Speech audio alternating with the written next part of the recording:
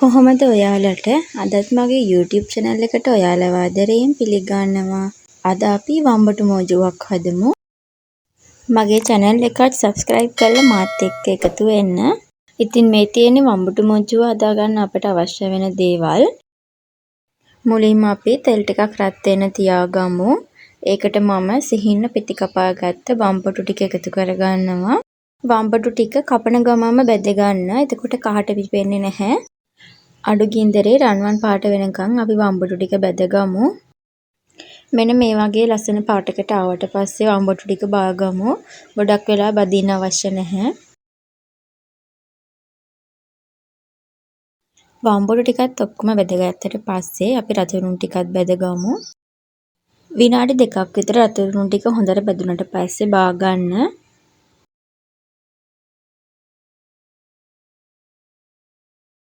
මේ විදියට දෙකට පලාගෙන අමු මිරිස් ටිකත් මම තෙලේ බැද ගන්නවා.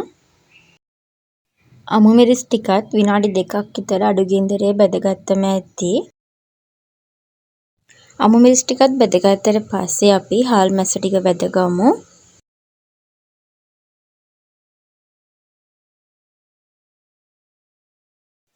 දැන් අපි වම්බටු මෝජුවට අවශ්‍ය ප්‍රධාන දේවල් ටික බැදගෙන ඉවරයි.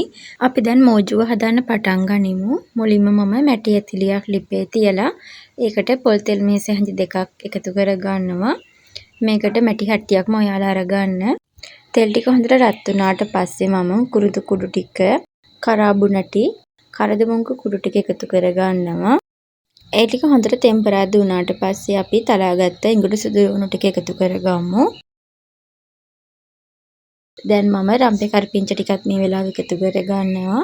දැන් මේ ටික හොඳට සුවඳ එනකන් තෙම්පරාදු කරගන්න. ඊට පස්සේ අපි රතුරුණු ටිකත් එකතු කරගමු.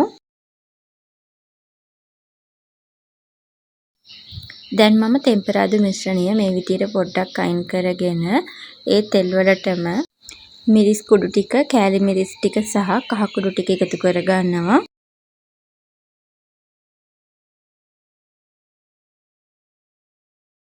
ඒ ටිකත් හොඳට කලවම් කරගත්තට පස්සේ අපි අබ පේස්ට් එක එකතු කරගමු. අබ ටිකත් කලවම් කරගෙන මම දැන් විනාගිරි ටික එකතු කරගන්නවා. දැන් අපි සීනි ටික සහ ගම්මිරිස් ටිකත් මේ වෙලාවේ එකතු කරගමු. දැන් තෙම්පරාදු මිශ්‍රණයත් එක්ක මේ ඔක්කොම ටික හොඳට කලවම් කරගන්න. මේ වෙලාවේ රසායන වලුනුත් ඔයාලා එකතු කරගන්න.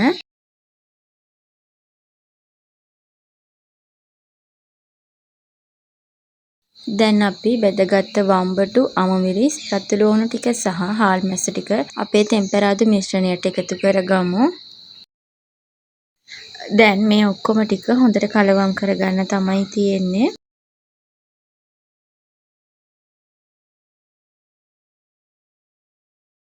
ඉතින් මේ තියෙන අපි හදාගත්ත වම්බටු මෝජුව.